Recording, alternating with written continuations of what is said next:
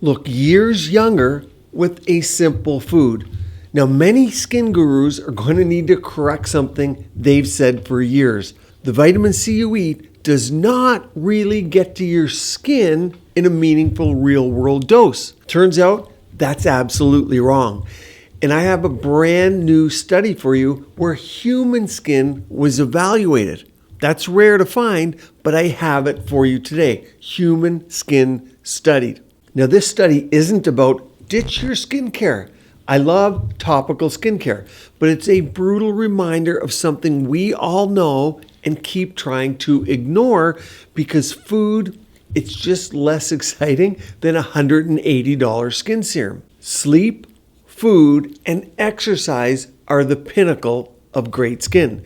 Think of it like this. Skincare is the polish, lifestyle is the foundation. You see, vitamin C for the skin is the perfect test case because most forms people are using, and check yours today, it'll likely be a water-soluble form and it's hard to deliver through a skin barrier. There is one exception to that in a cream ingredient that does absorb. I'll tell you exactly that later. But it turns out your body is actually excellent at delivering it internally to your skin, as we're going to see today. When I say internally, I mean by eating it. Now, this study is from the Journal of Investigative Dermatology by the University of Otago team, and it was work done in two locations, both New Zealand and the second location, Germany. And they did two very interesting things here. Number one was a mapping study. So the question, do blood levels of vitamin C match what's inside the skin? Then number two, they did even a diet intervention. The question was, if we raise vitamin C intake with a real food habit, do skin levels and skin function change? They even looked at elastin, the elasticity of your skin, and skin thickness. Things we dearly care about on this channel because that's real world glow and real world youthful look. Or are you just blatantly wasting your time trying to eat your way to glow? And I love this because they didn't just ask people, hey, do you feel glowier? Do you feel better? Do you feel younger?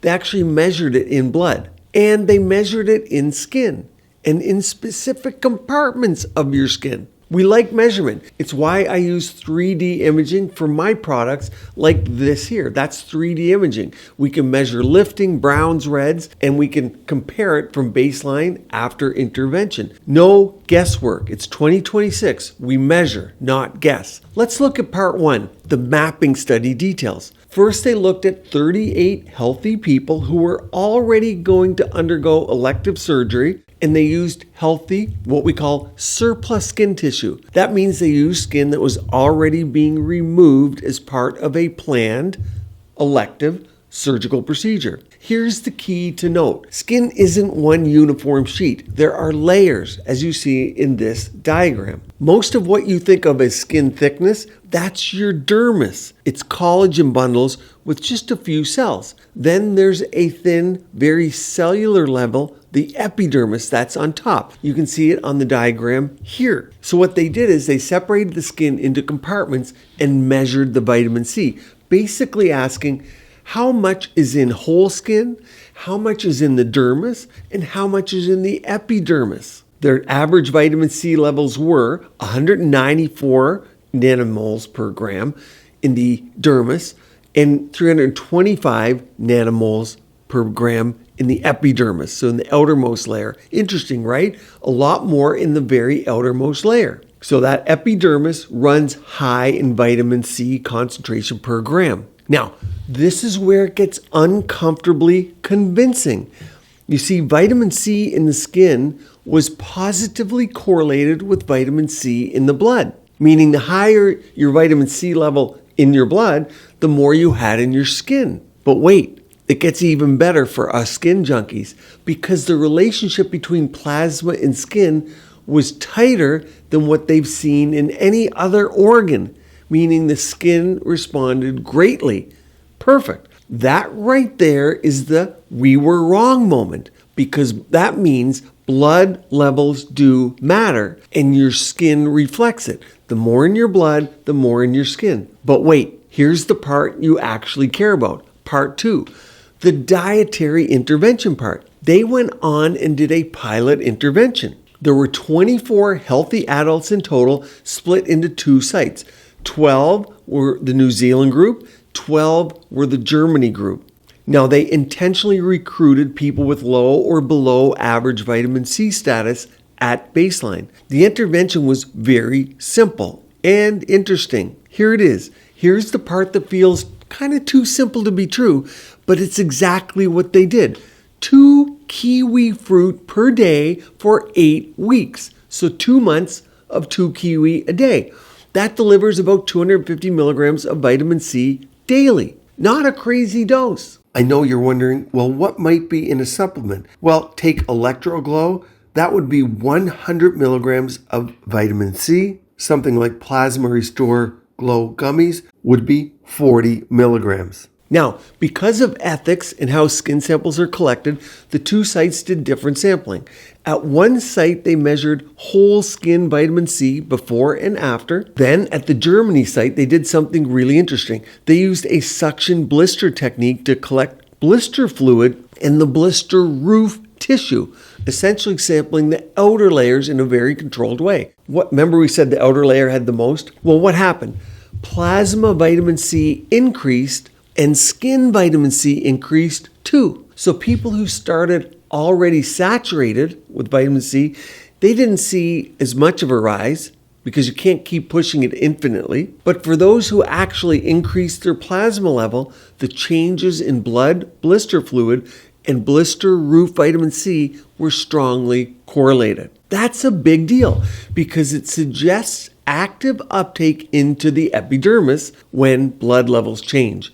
In other words, your skin isn't passively hoping vitamin C shows up. It's actually pulling it into the skin. Now, the money part. Did anything change that looks like skin quality? Did the people actually look better for it? Yes, and they measured that. We thank them for this part. They reported that increased plasma vitamin C was associated with a significant, here it is, increase in skin density.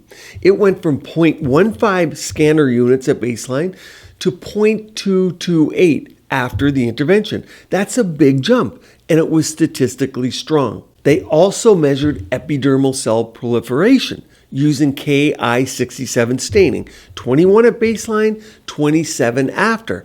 Also very statistically significant. The translation here, like cell proliferation, you're like, well, what's that have to do with anyone? Well, the outer layer renewal signals increase, meaning that the epidermal cell proliferation is your skin's factory line, and it's running faster, making fresh skin cells more efficiently. So the honest interpretation is dietary vitamin C at real food doses can raise blood levels, raise skin levels, and it's associated with a measurable change in skin density and epidermal renewal. This wasn't now a giant randomized placebo-controlled trial that we usually love to see. It is a pilot before and after study, but the physiology here, it's compelling. It was well done. Now, I promised to let you in on the best form of topical vitamin C, and I want you to check the product that you're using today. A lot of people are still using L-ascorbic acid. Look on the left here. It's water soluble, so it's a poor skin penetrator. We want penetration. It's less stable, so a lot of times it's only going to last 4 to 6 weeks. It's a low pH, and what does that do? Like a chemical peel, can cause irritation. So it has to be used more like an active, like your retinol or like your AHA. Now, if you look on the right, this is the form I use in many of my products. It's tetrahexyl decyl ascorbate. Now, that's a big mouthful, but it's abbreviated for THD ascorbate. It's oil soluble. What's your skin? Well, oil soluble. So it penetrates deeper, it's quicker, it's more potent, and look here, it's more stable. So it lasts a long time. It doesn't tarnish. Almost most importantly for this is it's a higher pH. It does not cause irritation. And you guys know the theme for 2026 and beyond is to have a great skin barrier. That's what makes all your actives, your procedures, and everything you put on your skin work. So definitely look to see if you're already on it. And this is exactly why I keep telling patients, your skin is a mirror of how much you live. Food gives the raw materials. Exercise is the delivery truck to get it there. That increases your circulation and nutrient delivery. And sleep is when the repair crew actually shows up and does the work, does the remodeling. So you need food, you need exercise, and you need sleep. If your nutrients are low, your skincare routine is basically putting lipstick on a sleep-deprived chicken. So what do you do with this?